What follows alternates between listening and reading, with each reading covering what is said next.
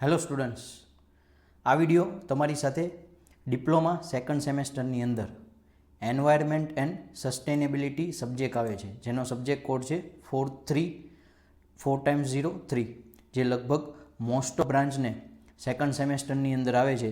તો જેનો પેપર હવે સેકન્ડ સેમેસ્ટરવાળા સ્ટુડન્ટ્સ આપવા જઈ રહ્યા છે, તો એના વિશે એની થોડીક આઈએમપી ક્વેશ્ચન્સની વાત કરું, જેથી કરીને એનો પેપર છે એ સારામાં સારો જાય. તો સૌથી પહેલાં આપણે સિલેબસ ઉપર એક નજર ફેરવીએ. તો સિલેબસની અંદર તમને ટોટલ 5 ચેપ્ટર આપવામાં આવ્યા છે. ચેપ્ટર 1 છે ઇકોસિસ્ટમ, એટલે કે અમારી લાઈફ સાયકલ ઉપર, આપણા ન્યુસન તંત્ર ઉપર, કે પછી વેજીટેબલ્સ, પ્લાન્ટ્સ, ટ્રીઝ, પછી આપણે મનુષ્ય છે એટલે કે લિવિંગ લાઈફ જેટલી પણ બોડીઝ છે અથવા નોન લિવિંગ લાઈફ જેટલી પણ બોડીઝ છે એ બધા વિશે અને એ બધાની સાયકલ કેવી રીતે વર્ક કરે છે એ છે. સેકન્ડ ચેપ્ટર છે પોલ્યુશન એન્ડ ઇટ્સ ટાઈપ્સ, એટલે કે કયા કયા આપણી લાઈફની અંદર આજુબાજુમાં પોલ્યુશન થઈ રહ્યા છે, જેમ કે એર પોલ્યુશન આવશે, વોટર પોલ્યુશન આવશે, નોઇઝ પોલ્યુશન આવે, વેસ્ટ વોટર ટ્રીટમેન્ટ કઈ રીતે કહી શકાય, વેસ્ટેજ જે જતી હોય સોલિડ વેસ્ટ મેનેજમેન્ટ કઈ રીતે થઈ શકાય જેથી પોલ્યુશન ઓછું થાય. અત્યારે ઇલેક્ટ્રોનિક્સ અને એનો પણ વેસ્ટેજ ઘણો થાય છે, તો ઈ વેસ્ટ છે એની કઈ કઈ ઇફેક્ટ આવી શકે એને રિલેટેડ છે. થર્ડ ચેપ્ટર છે જે ખૂબ જ અત્યારે જરૂર છે એન્વાયરમેન્ટ માટે, એ છે રિન્યુએબલ સોર્સ ઓફ એનર્જીનું, એટલે કે હવે આપણે જે પણ એનર્જી સોર્સિસનો યુઝ કરી રહ્યા છીએ આપણી લાઈફ સારી બનાવવા માટે, પેટ્રોલ, ડીઝલ, કોલ, આ બધાના કમ્બશનથી. એની સિવાય જો તમે રિન્યુએબલ સોર્સિસ એટલે કે solar energy, wind energy, geothermal energy, hydraulic energy, wave energy, આ બધાનો યુઝ કરશો તો એના ઉપરથી આપણે ઘણી બધી વસ્તુ છે એ ચલાવી શકીએ છીએ અને આપણે પોલ્યુશનને ઓછું કરી શકીએ છીએ. તો એ બધી એનર્જી કઈ રીતે વર્ક કરે છે એને રિલેટેડ છે. ફોર્થ છે ક્લાઇમેટ ચેન્જ, એટલે કે આપણે જે અત્યારે પોલ્યુશન કરી રહ્યા છે એનું ઇફેક્ટ જે છે એ ક્લાઇમેટ ઉપર, વાતાવરણ ઉપર, આબોહવા ઉપર આવે છે. તો એ ચેન્જ કેવો કેવો આવે છે? સૌથી પહેલાં તો ગ્રીન હાઉસ ગેસીસ થઈ રહ્યા છે, ગ્લોબલ વોર્મિંગ પ્રોડ્યુસ થયેલું છે, ઓઝોન ડિપ્લેશન થઈ રહ્યું છે, એ બધું શું છે એની અંદર આવશે.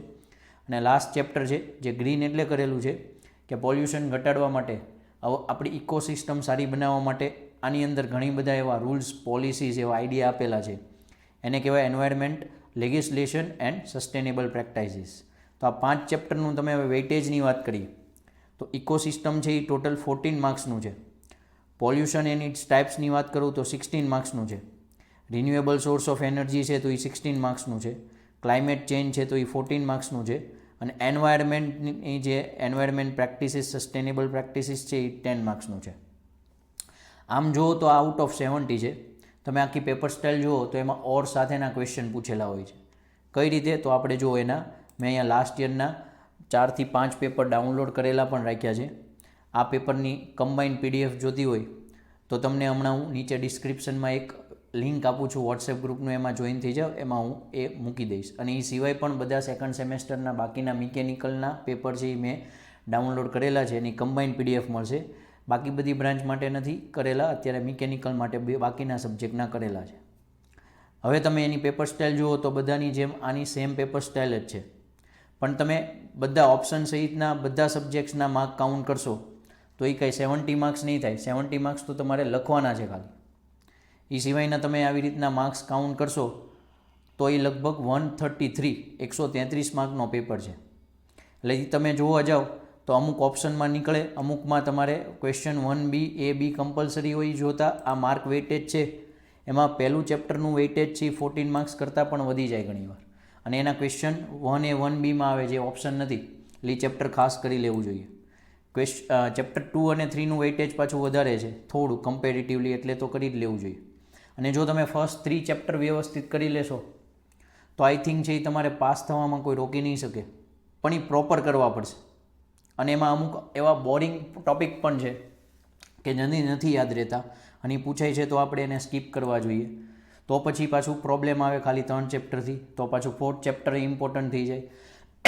તો આ બધા ચેપ્ટર વાઇઝ એક જવું કરતાં એ બધા ચેપ્ટરમાંથી મેઇન IMP ક્વેશ્ચન છે એ મેં કાઢેલા છે, જે મેં તમને કીધું એમ 4 થી 5 પેપર છે એ મેં ઓબ્ઝર્વ કર્યા.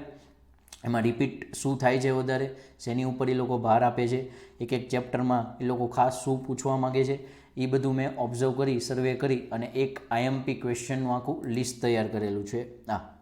Environment and sustainability important questions. Total 43 question છે અને 43 ક્વેશ્ચન્સની અંદરથી તમે પેપર જુઓ તો પેપરની અંદર તમારે ટોટલ 28 ક્વેશ્ચન હોય છે ઓપ્શન સહિત. તમારે ખાલી મેક્સિમમ 15 જ લખવાના હોય છે. તો આ 43માંથી ઓલમોસ્ટ 20 to 25 ક્વેશ્ચન હશે જ અને ઓપ્શનના કાઢતા તમે આરામથી 12 થી 13 ક્વેશ્ચન 10 થી 12 ક્વેશ્ચન લખી શકો. એટલે ઓલમોસ્ટ તમે 45 થી 50 માર્ક્સનું અથવા એનાથી વધારે હું તો મિનિમમ કહું છું એટલે આમાંથી તે હોઈ શકે છે. એટલે આ પ્રિપેર કરશો તો તમે સારા એવા સ્કોર કરી શકશો. પાસિંગ તો ઠીક છે, આખી ક્વેશ્ચન લિસ્ટ આખું કરી નાખશો તો સારા માર્ક આવી જશે. આમાંથી અમુક છોડી દેશો તો થોડાક મીડિયમ કે પાસિંગ માર્ક્સ તમને આવી જશે. તો આ ચેપ્ટર 1 જેમ કે મેં કીધું એમ ઇકોસિસ્ટમ છે. તો પહેલાં તો મેઇન ઇકોસિસ્ટમ શું છે તેનું ક્લાસિફિકેશન, એના વર્ગીકરણ અને ઘટક. જેમ કે બે આવતા હોય, એક આપણા જમીન પરના અને એક પાણી પરના. અને પછી એક ઇલોટિયન પિરામિડ જે ખૂબ જ આઈએમપી હોય છે, જેમાં વનસ્પતિથી શરૂ કરી અને ફર્સ્ટ એને ખાનાર, પછી સેકન્ડ ખાનાર, એ રીતે આખું એક પિરામિડમાં ગોઠવવાનું હોય છે. પછી ફોરેસ્ટ ઇકોસિસ્ટમ આવે છે, પાણીની ઇકોસિસ્ટમ આવે છે, રણ પ્રદેશની ઇકોસિસ્ટમ આવે છે. પછી સાયકલ આવે છે, કાર્બનની, નાઇટ્રોજનની, ફોસ્ફરસની, વોટરની. આ બધી એકવાર કરી નાખાય. પછી જનરલી ઓવરશૂટ શું છે એ બધું કરી નાખાય, બરાબર. એટલે આવા ચેપ્ટર 1 એકદમ ઇઝી છે, ખાસ વાંચી નખાય. ચેપ્ટર 2 તો તમે આરામથી આજુબાજુમાં જોવો જ છો કે પોલ્યુશન કયા ટાઈપ્સના હોય, એની કઈ ઇફેક્ટ આવી શકે છે. પણ એમાં અમુક ટર્મ્સ આવે છે, જેમ કે બીઓડી, સીઓડી એ ખૂબ ઇમ્પોર્ટન્ટ ટર્મ્સ છે. ઈ વેસ્ટનું રિસાયકલ કેમ કરવું, સોલિડ વેસ્ટ મેનેજમેન્ટ કેમ કરવું, આ બધા ઇમ્પોર્ટન્ટ ક્વેશ્ચન છે, એટલે ખાસ જોઈ લેવાનું. થર્ડ છે રિન્યુએબલ સોર્સ ઓફ એનર્જી.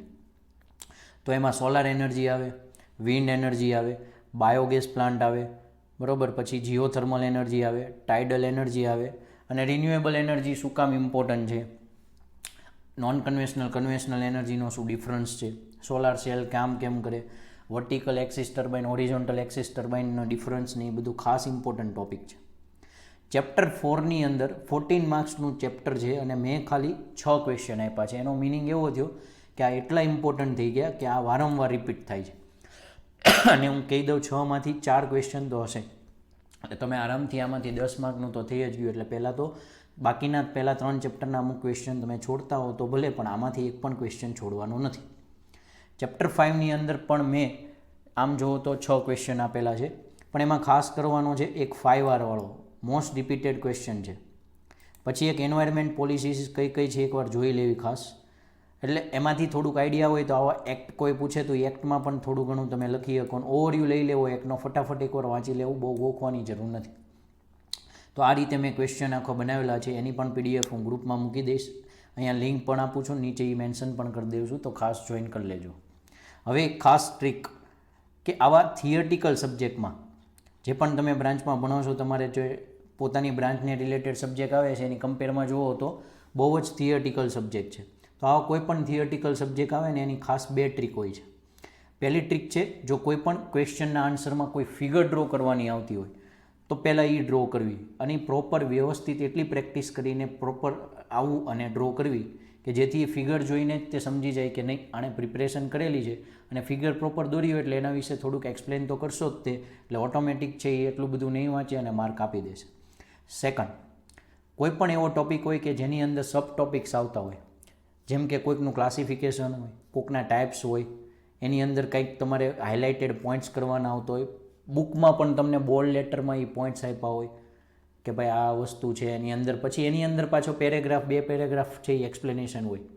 તો આપણે એ પેરેગ્રાફ 1-2 પેરેગ્રાફની જગ્યાએ ભલે 2-3 લાઈન જ લખાય, પણ એ બોલ્ડ લેટરમાં લખેલા મેઇન નામ છે એ તો ખાસ બધા જ તે જેટલા આવતા હોય એ ટોપિકમાં એ બધા યાદ રાખવાની ખાસ જરૂર છે. એ તો એટલા મેન્શન કરીને આવવાના જ. કદાચ એમાં આવતા 2-1 પેરેગ્રાફની જગ્યાએ 2 લાઈન લખશો તો માર્ક છે એ અડધા ઉપર મળી જશે, પણ અમુક મેઇન ટોપિકના હેડિંગ જ ભૂલી જશો તો પ્રોબ્લેમ આવી શકે. એટલે એ તો ખાસ પહેલાં હાઇલાઇટેડ પોઈન્ટ પાકા કરવાના, પછી એની અંદર ડિટેલમાં જવાનું.